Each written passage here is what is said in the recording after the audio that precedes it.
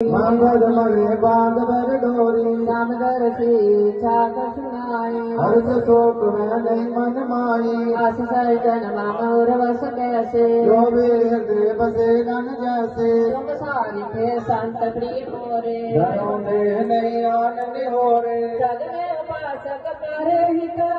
निरपनीत बिरले तेरा प्राण समान मम जिनके निज पद प्रेम सियावर राम जय जय राम मेरे प्रभु राम जय जय राम मेरे मन बस्यो सीता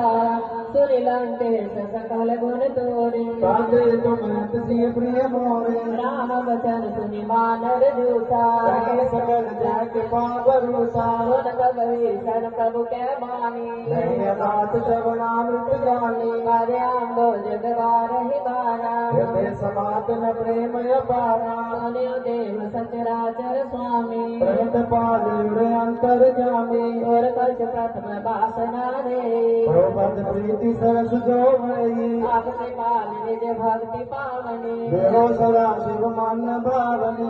मस्तु का प्रभु रण धीरा आगा दुर्ग सिद्ध कर नीरा जब की सखा पवे चानाए और तरस मोद जग माई आस राम तिलक तहि सारा नव गई अपार राम